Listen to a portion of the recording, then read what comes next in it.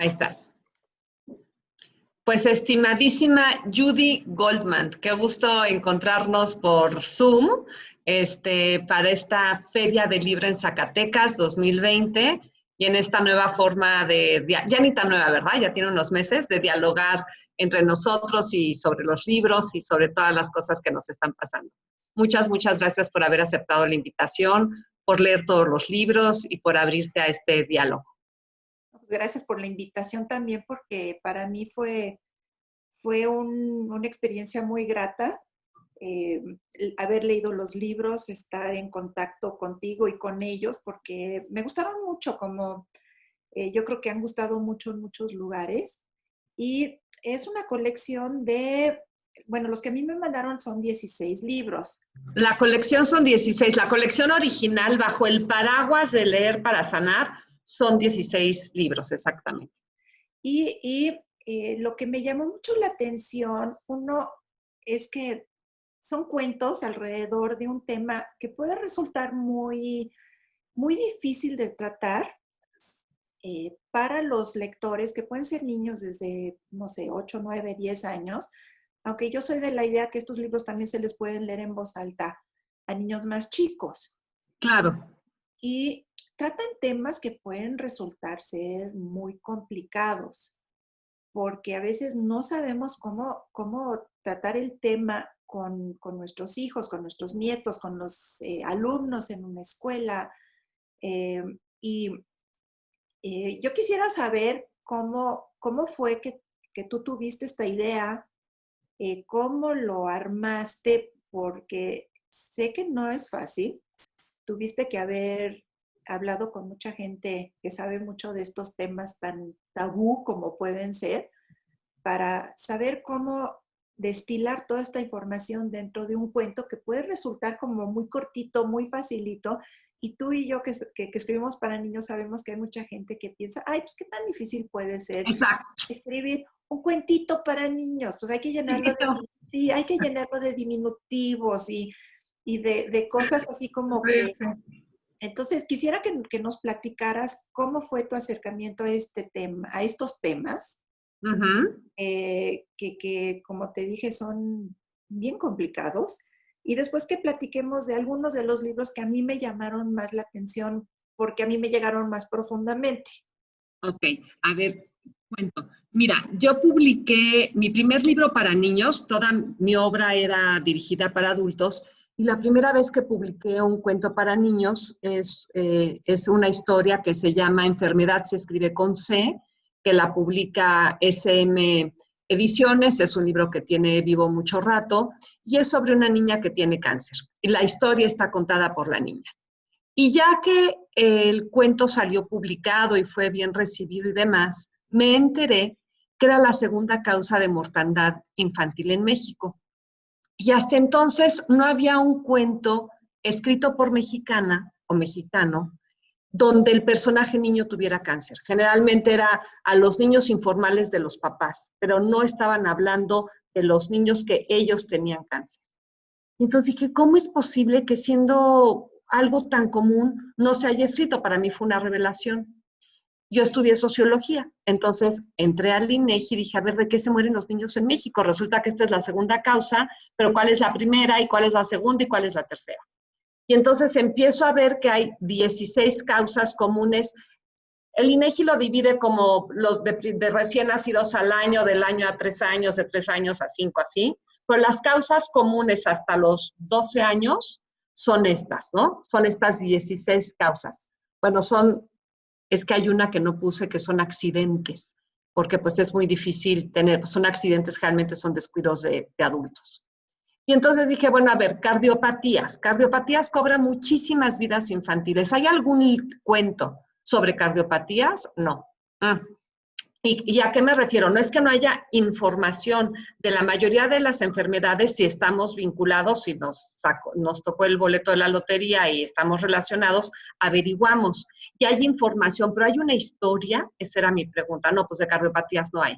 Y yo que buscaba esto que hice con Enfermedad, se escribe con C, que hubiera una historia e información. Creo que la historia solita sin información no funciona, y la información solita sin historia no funciona. Entonces yo buscaba que hubiera una mezcla de emoción e información, porque creo que es una manera importante de acercarte y ser sensible al tema. Y entonces dije, a ver, cardiopatías no hay, enfermedades prevenibles, que son enfermedades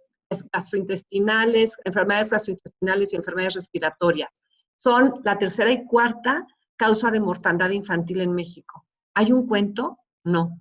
A ver, obesidad, diabetes es la enfermedad que más erario público gasta. O sea, la gente con diabetes, entre la insulina, las transfusiones, y que llega hasta trasplantes y amputaciones, o sea, que empieza de así y va hasta allá, gasta una enormidad de dinero del presupuesto de salud para diabetes. ¿Hay algún cuento? No. Entonces, yo lo que buscaba era información y una historia. Y entonces me lo puse de tarea. Dije, bueno, el cuento de enfermedad se escribe con C, lo escribí por una razón personal, porque mis sobrinos eran muy chiquillos y mi hermano tuvo cáncer y yo se los quería explicar a ellos. Yo lo que quería era ir a la librería, comprarles un libro, regalárselos y ya. Pero cuando vi que no había el libro, pues siendo yo la tía, no me quedó otra más que escribirlo yo. Y entonces, bueno, aunque de México no soy tía, dije, a ver, ¿dónde están los cuentos para los niños con cardiopatías? No hay, pues se los escribo. Y así fue como lo seleccioné. Hay muchísimo trabajo de investigación documental, de investigación testimonial, de investigación con especialistas. Está muy, muy, muy documentado. Y a partir de eso fue que las historias empezaron a tener forma. Los temas son importantes que incluso el INEGI después me propuso para el Premio Nacional de las Artes, porque decían, oye, no sabíamos que nuestra información sirviera también para las artes, o sea, sabíamos que servía para la toma de decisión pública, y algunas veces, pero que todos estos números se convirtieran en una posibilidad de un trabajo artístico, para ellos fue muy interesante, y pues para mí fue muy halagadora la nominación. También, ¿qué pasa? Pues no soy doctora. Entonces, aunque yo hubiera investigado muchísimo sobre el tema, cuando los vio Secretaría de Salud, me dijo, necesitan estar avalados. Sí. Entonces fue todo un trabajo de casi 2 años con Secretaría de Salud que avalaran que todo el contenido estaba de acuerdo con la normativa. Entonces, ha sido un trabajo muy largo. La primera, tomar la decisión del proyecto, realizar el proyecto, realizar los cuentos, checar que tuvieran calidad literaria, que contaran una historia, que tuvieran balance entre información y emoción, que la historia fuera más grande que el contexto de la historia, bueno, etcétera. Después que fueran aprobados por Secretaría de Salud, que fueron súper minuciosos y ya fueron aprobados por Secretaría de Salud. Y después que entraran al programa de la SEP de autonomía curricular. Entonces ha sido un larguísimo trayecto el de estos libros para escribirse, para aprobarse y para promoverse. Al inicio este proyecto se llamaba Botón Silencio, porque es justo eso, son temas de los que no se hablan. Y yo me lo pensaba que era como quitarle el mute al botón de la tele, ¿no? Era como desactivar el botón silencio. Pero ese título quedaba muy lejos del contenido. Entonces, por eso fue que se mudó a Leer para Sanar. Porque justamente uno de los propósitos de esta colección es hablar de los temas que no se hablan, abrir el diálogo de todas estas cosas que suceden.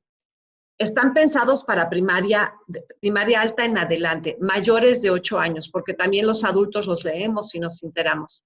Pero ha habido escuelas, por ejemplo, una escuela en Querétaro, en que la directora me dijo, oye, yo se los quisiera llevar a primero de primaria, porque estos problemas están ahí, y es mucho lo que tú estás diciendo, Judy. Poder decir, el consenso es que sea para mayores de 8 años, pero si la gente tiene el criterio y lo quiere leer a cualquier edad, pues a cualquier edad es muy, muy bienvenido, ¿no? Entonces, esa es la historia de los 16 cuentos. Luego fue otra la batalla, que fue encontrar una editorial que quisiera toda la colección y no solamente unos temas. Trilce fue muy solidaria en ese sentido, y todo el diseño, digamos, del concepto de la colección, porque no sabían si iba a ser un solo libro con 16 cuentos, o 16 libros, o un solo ilustrador, fue todo una chamba también pensar la mejor manera, ¿no? Yo creo que un poco el contenido de los cuentos, les digo, el terror dulcificado, porque todos son unos temas así terroríficos, pero están contados con suavidad y con belleza. Yo creo que esa es una de las fórmulas. Mi propuesta es la brulleza, que es la brutalidad, bru de brutalidad, solamente se tolera con belleza. Entonces, creo que estos cuentos están llenos de brulleza. Esa fue mi propuesta, tanto plástica como narrativa, para que pudiéramos entrar a este material. Ahora, también creo que además de que los jóvenes y los niños los lean para ver que ellos no están solos cuando tienen un problema, abre canales de comunicación, que muchas veces cuando uno trae un problema, y más yo creo los chavos, creen que son los únicos en el mundo que tienen ese problema. Claro. Y no saben cómo tratar o cómo abrir el tema con los papás o los abuelos o el maestro, con el adulto al que le tienen confianza. Y yo creo que el leer un libro como uno de estos, o leerlo en familia, también los que no tienen el problema se hacen más empáticos con los que sí tienen el problema, ¿sí? Porque por ejemplo, en el mapa interior, que ahorita lo vamos a platicar más, yo creo que te hace más empático cuando sabes que una persona tiene un problema de una discapacidad mental. A veces no sabes cómo reaccionar ante una persona que tiene un problema así, ¿no? O una discapacidad, una persona, tienes un libro que tiene que ver con un chiquito que es el hermano de una niña, el niño tiene parálisis cerebral. El Club de los Hermanos, sí. Sí. Entonces, yo te digo que se me complicó un poco escoger cuáles quería yo platicar contigo de ellos, porque sí se me complicó. Ya había separado como 10 de los 16 y después los estuve cambiando y demás, porque quisiera saber, yo creo que es importante que los que nos están viendo y escuchando sepan algunos de los temas tabú que tocas en los libros. Yo puedo decir ahorita desde una vez que uno tiene que ver con el alcoholismo, hay otro que tiene que ver con la obesidad, que es un tema muy importante hoy en día, especialmente en México, que tenemos tanta gente de todas las edades que tiene problemas de obesidad. Entonces, no sé, tengo que sí se me complicó un poco decidir cuáles. Ahorita los vamos a ver, pero la ilustración también quisiera que nos platicaras, uno de qué temas son los que se tratan en los 16 libros. No sé si te quieras platicar de los títulos de los 16 libros, un poco de la ilustración. Vamos a dar una vueltita nada más para que sepamos, y mientras estoy platicando contigo, déjame ver si me encuentro las 16 portadas también para poderlo aquí proyectar y que la gente lo pueda ver.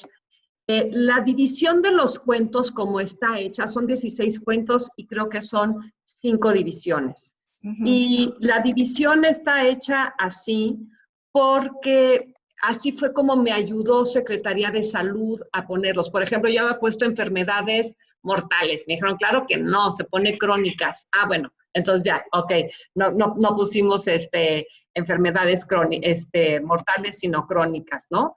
Entonces, hemos ido aprendiendo, o sea, por ejemplo, la de las enfermedades respiratorias y enfermedades gastrointestinales, nos dijeron que eran prevenibles. Entonces, un poco la lógica de la presentación de estos textos, la lógica, digamos, de su agrupación, tiene que ver con que seguimos los consejos del mismísimo, de todo lo que nos dijo Secretaría de Salud, ¿no? Entonces, mira, aquí tengo una portadita y entonces la voy a compartir con el público que ahorita nos está, déjame ver para que vayan viendo también un poco cómo son los colores. Lo voy a poner aquí en compartir pantalla. Ah, pero no puedo compartirte pantalla porque no soy la host. Bueno, a ver, bueno, entonces, a ver, en los grises tenemos, es que tenemos morados, grises, amarillos, azules y verdes. Entonces, dentro de los verdes están los temas de adicciones, que son, causa pronóstico del tiempo y el agujero jardín. Entonces, Sí. esos dos hablan de drogadicción.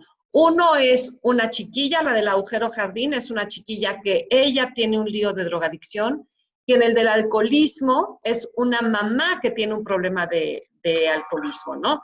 Ahí están. Entonces, esos son los verdes y quedan así, porque estos son de adicciones. Luego, por el otro lado, digamos, lo de los morados, tienen que ver con discapacidades, ¿ok? Que es la discapacidad de un hermano, la discapacidad de un padre y la discapacidad de un adulto mayor. Entonces, la discapacidad de un hermano es el club de los hermanos, donde es esta niña que estabas contando, que su hermano nace con parálisis cerebral. Por el otro lado es el mapa interior, que es el de un niño que su padre tiene Alzheimer a muy temprana edad, y otro que es un adulto mayor, que es el abuelo, ¿no? Que es la abuela, se llama la abuela durmiente. Sí. Esto es importante porque 1 de cada 10 personas en el país vive con alguien con discapacidad. Uh-huh. Entonces, y puede ser una discapacidad permanente o una discapacidad temporal, ¿no? Entonces, ahí están. La abuela, ok, ahorita déjame ver si los puedo ir pasando, parece que ya me dieron chance de compartir la pantalla. Luego tenemos los otros, vamos a ver, aquí están, miren. Entonces, luego tenemos los grises. Los grises son de problemas de comportamiento, que son amable por compromiso de bullying, bitácora de salvación, que habla de abuso sexual, y el último recuerdo, que habla del suicidio. Los azules son me gusta comer líneas, que son enfermedades gastrointestinales, y los aires favorables, que son enfermedades respiratorias, los verdes de los que ya hablamos, los morados de los que ya hablamos, los crónicos, que son los rojos, que son los luchadores que hablan sobre cáncer, y el mejor portero que habla sobre cardiopatías, y luego los anaranjados, que son todos estos que tienen que ver con trastornos alimenticios, bulimia, diabetes, obesidad y comedores compulsivos y anorexia. Entonces, bueno, aquí está esto, ¿no? Que han sido, que los temas fueron elegidos por el INEGI, que la Secretaría de Salud los aprobó, y aquí son algunas, digamos, de las portadas, y aquí están algunos de los cuentos, y que también tienen una técnica distinta. Por ejemplo, estos que son los de problemas de comportamiento, que son bullying, abuso sexual y suicidio, aquí los vemos, son colores grises y son cosas muy planas, las imágenes son muy planas. Estos que son los azules, si ves hay mucha línea, vas a ver que todos tienen aquí el pelito distinto, tienen una estética, no solamente tienen un color distinto, sino tienen una estética, me encanta, los aires favorables, esta muchacha que se llama Celeste, me cae requete bien. Entonces aquí está Celeste y es otra técnica, aquí están los verdes que tienen un acabado de aguas como si fueran acuarelas, aquí está el agujero jardín. Entonces, estos, por ejemplo, los morados, del que vamos a hablar ahorita, tiene una técnica de collage. Si te fijas, va mezclando como recortes de mapas y claro, muy haciendo tema. El Club de los Hermanos también tiene esta cosa como recortada de papeles. Entonces, la ilustradora, la verdad, es una chicha cuerera. Se llama Renata Galindo. Y pues tuvo una visión de conjunto, porque lo que es muy difícil o para escribir una colección o para ilustrar una colección es que no nada más estás pensando en un cuento, sino cómo los acompaño de los otros, cómo hago una línea estética.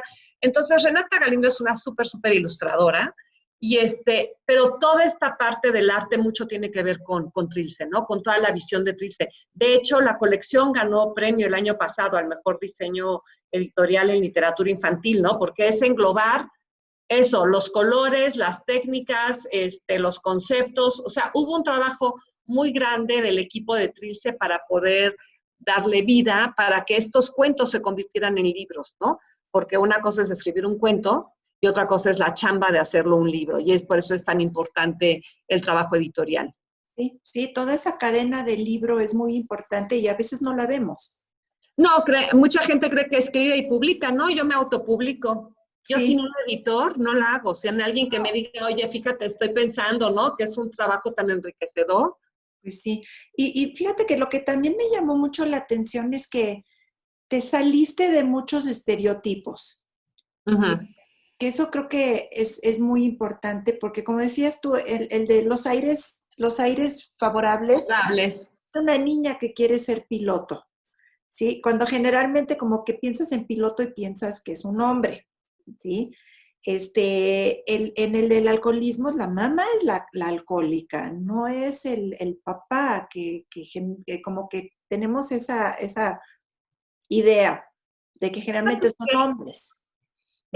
Si de por sí estos temas son tabús, luego más tabú es hablar de lo no dominante.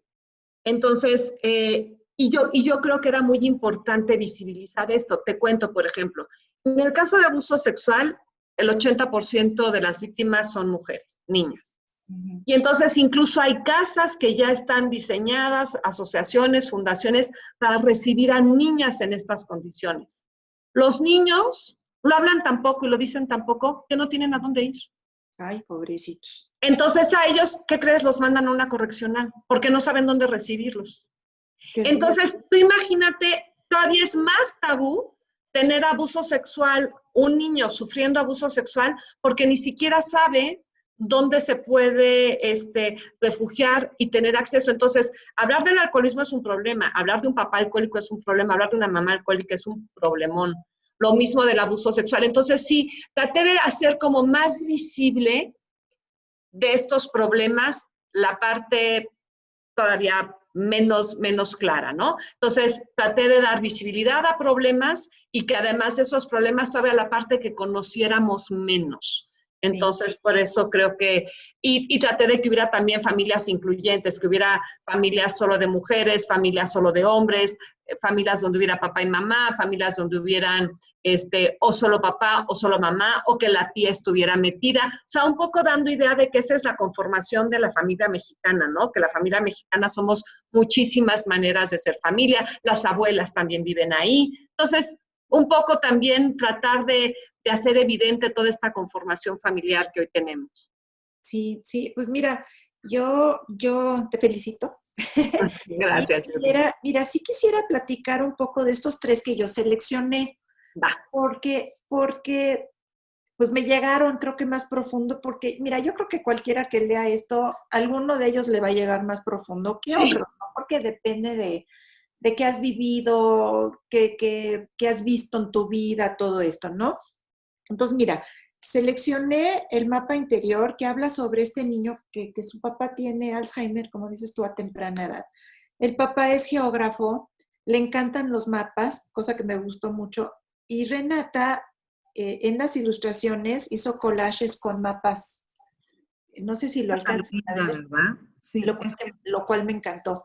Pero habla sobre como que el papá, cómo se le van olvidando esos mapas interiores y exteriores al mismo tiempo, y cómo la familia, pues mira, acaban teniendo que llevar al señor a vivir a un hogar donde son especializados en cuidar a gente que tiene problemas de estos. Te había yo comentado en algún momento que mi mamá no tuvo Alzheimer, pero sí tuvo demencia. Entonces me llegó porque pues esos olvidos, em, que tú a veces no sabes ni cómo manejar, ¿sí? Yo creo que a todos en algún momento dado, si ya tenemos papás muy mayores, como era mi caso, en algún momento les va a dar demencia. Y después, además, sabes que estás con la cosa esta de que pues no sabes cómo tratar a la gente que tiene Alzheimer o los parientes que tienen un pariente con Alzheimer, ¿no? yo creo que ahí tenemos el riesgo del olvido colectivo. Una cosa es que a la persona se le olvide quién es y dónde está, y otra cosa es que a ti se te olvide quién es. Sí, Entonces, mucha gente dice, no, es que ya no me reconoce. Bueno, ese es su problema, pero tú sí lo reconoces. Tú sí sabes que es tu papá, tú sí sabes que es tu mamá. O sea, no se te puede olvidar que allá adentro hay un alma. Entonces, creo que es importante en el asunto de la memoria dejar el problema localizado, que el otro no te reconozca es el problema del otro, pero uno sí reconoce y claramente es doloroso, pero no se nos olvida que son nuestros papás, nuestros tíos, nuestros hermanos, no se nos olvida que no solamente son esta desmemoria, hay toda una historia atrás, ¿no? Entonces yo creo que aquí la pista, y la pista la da el mamá del papá, o sea, el abuelo, la abuela del chico que narra, que dice, lo miro a los ojos y sé quién es. Cuando yo lo miro a los ojos, ahí está dentro la persona que es, ¿no? Claro, Y claro. ahí está una posibilidad, ¿no? Entender que se olvidan cosas de afuera, pero que el mapa del alma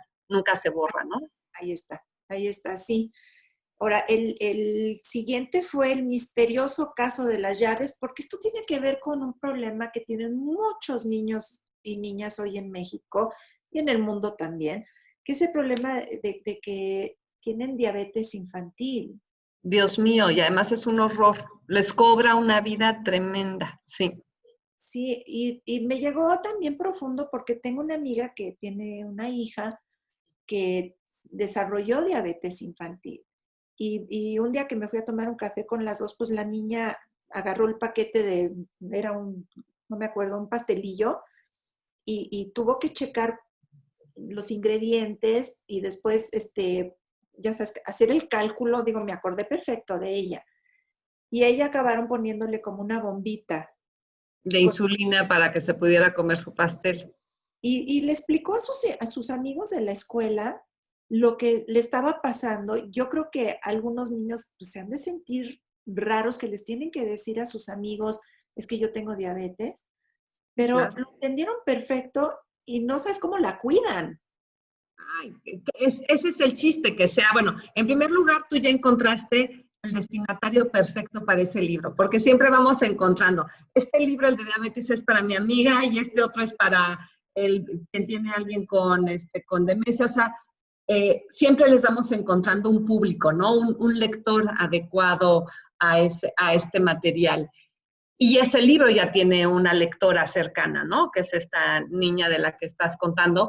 Y qué padre que la escuela, digamos, haya sido sensible al problema. No es la fortuna de la mayoría, Sí, no es la suerte de todos. Y entonces, bueno, pues hay este libro un poco para abrir el diálogo, justamente para que vean que no es un niño único, exclusivo en el mundo, hay, desafortunadamente cada vez son más. Entonces, también tener la oportunidad de abrirlo, ¿no? Por ejemplo, en esta escuela, haber tenido este libro hubiera sido muy lindo para abrir el tema, digamos, en el salón y no, porque realmente son cosas de, ¿no? sí, De, fíjate que Juana, no me digas, y entonces se hace un chismarajo antes de poder hablar el tema derecho, ¿no? sí, sí, sí. Y lo que también siento que está muy bien es que no es como dar un libro como una medicina. Lo tienes que leer, porque eso lo único que hace es que los niños no lo quieran leer, Claro. ¿sí? Sí, sino que los cuentos están bien armados, están bien hechos y como habíamos dicho antes, has de haber estado investiga y tienes que filtrar toda esa información para hacerla muy entendible, muy fácilmente entendible y sin que haya como ¿cuál es la palabra? Esta cuestión de que, ay, ¿cómo le digo a la gente? Sí, no, pues ahí tienes las palabras y que no se sientan tan solos, ¿sí? Y Lo que yo hice fue investigar, investigar, investigar, investigar, y cuando encontraba la metáfora, ya podía yo escribir el cuento. Entonces, ujú, por ejemplo, en de la diabetes, la metáfora es perder algo, pierdes una llave. Y entonces, por eso ya se convierte en el misterioso caso de las llaves, ¿no? En el caso del Alzheimer, ¿qué pierdes? El mapa, y entonces ya se convierte en el mapa interior. Entonces, cuando yo, en toda la investigación testimonial, documental, bibliográfica, videográfica y demás, encontraba la metáfora, decía, ah, por aquí es. Y entonces ya iba yo construyendo alrededor de eso, ¿no? sí, sí, porque tienes que tener ese chispazo, porque si no, cómo se complica la situación, ¿no? Porque Claro, eh, por dónde lo atraviesas, ¿no? Por dónde lo jalas, se sí, sí, complica, sí. sí. Y mira, y el tercero que escogí es el último recuerdo, porque habla del suicidio de la mamá de una niña que trae una depresión terrible, terrible y habla de todas estas cuestiones de, pues de que duerme todo el día, que no quiere a veces hacer nada con la hija, que está totalmente ausente ya de la vida de la niña, hasta que pues logra su cometido, ¿no? Y también es un tema que yo no sé si hoy en día, por tanta presión que hay en vidas de la gente y demás, y además que la depresión, pues es una cuestión física muchísimas veces, hay emocional y hay fisiológica, ¿no? Ujú. Y no es nada más decirle a la gente, ya, ¿por qué estás deprimida? Échale Tienes ganas. todo, tienes todo en tu vida, tienes no sé No, qué no, no. tanto, y no es así, ¿no? Caray. Fíjate que el suicidio está considerado una epidemia. Para el Instituto Mexicano del Seguro Social, el suicidio es una epidemia a ese nivel. Y de los adultos, quienes más se suicidan son mujeres. Mm, Entonces, y bueno, ya hay también toda una epidemia en los jóvenes, ¿no? ¿Te acuerdas con esta cosa de la ballena azul y retos de suicidios y cosas así? Entonces, yo necesitaba tocar este tema del suicidio. No quería tocarlo en un niño porque no quería que hicieran este rapport, ¿no? Y entonces, a mí me ha tocado muchas veces en mi vida adulta de, de gente cercana que ya con 3 copas encima dicen, híjole, es que yo una vez caché a mi mamá que se había tomado las pastillas, o, ¿no? No es una experiencia tan ajena como quisiéramos. Entonces sí creo que era importante ventilarlo y ya después de ahí pues se puede hablar a cualquier nivel, ¿no? Pero hablar de la depresión, hablar de una depresión no atendida, que eso es lo que dice, ¿no? Y también hablar del duelo, porque en este cuento lo que se hace también es el duelo de la muerte de la madre, no solamente del suicidio, sino cómo puedes acomodar estas historias en tu corazón, ¿no? Y es cambiar el último recuerdo, no quedarte con un último recuerdo violento, sino quedarte con un último recuerdo que sea amoroso, ¿no? sí, sí, sí, pues todos temas muy importantes. Te digo que creo que faltan más libros.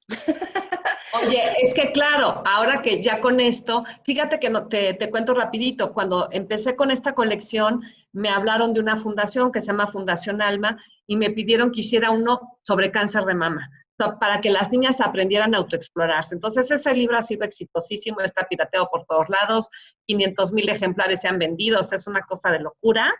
Y luego ya me hablaron de otra fundación, oye, que si no puedo hacer uno de trasplante de riñón, pues bueno, no sé qué va a pasar, pero claro, son libros que se requieren, ¿no?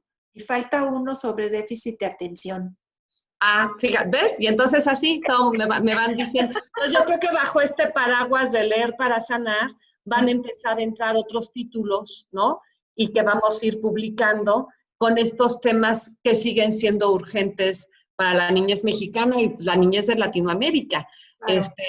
Lo que siempre busca Tris es buscarles el mejor lugar, que no sean libros, digamos, que no sean una novedad, estos libros, qué padre poder hablar de ellos, pero no son una novedad editorial y que mañana ya no sirvan. Son libros que desafortunadamente van a estar, y afortunadamente para mí, van a estar vivos muchos años, ¿no? Porque son cosas que hay que seguir trabajando sobre eso. Y sabes lo que también creo que es importante, que no son completamente didácticos, porque una cosa podría ser un libro completamente didáctico, pero esto tiene obviamente su mensaje porque todos los libros llevan un mensaje, pero no es como darle una pastilla a un niño y ya, ¿me entiendes? Sino que creo que es una forma muy amable de, de tocar todos estos temas. Te felicito, porque Gracias, sí, Judy. sí, sí me gustaron mucho. No te lo digo nada más porque sí, sino que sí, siento que están bien hechos, muy bien hechos y toda la colección está muy bien diseñada. Entonces, pues qué bueno que los hiciste. Ay, gracias por leerlo. Estos libros siempre están buscando lectores, siempre están buscando llegar a los lugares que tienen que llegar. Son libros que me encantaría que vivieran en todos los hospitales y en todas las bibliotecas y en todas las escuelas, ¿no?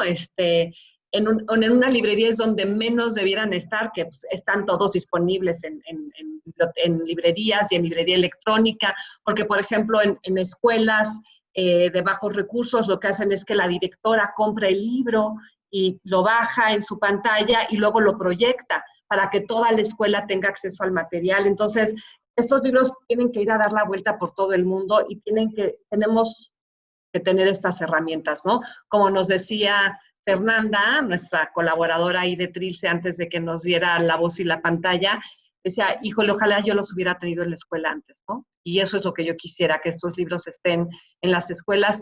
Son libros que los hice para otros, para que otros los consuman, los vivan, los ayuden. Entonces, esa es como la felicidad, ¿no? Que estén allí. Pues sí, y también yo sí sugeriría digo, hay libros que los niños los van a ver y los van a agarrar por su propia voluntad. Y qué bueno, y eso puede abrir este canal de comunicación. Pero por otro lado, hay muchos que creo que es muy importante que estén acompañados por el adulto, ¿sí? Claro.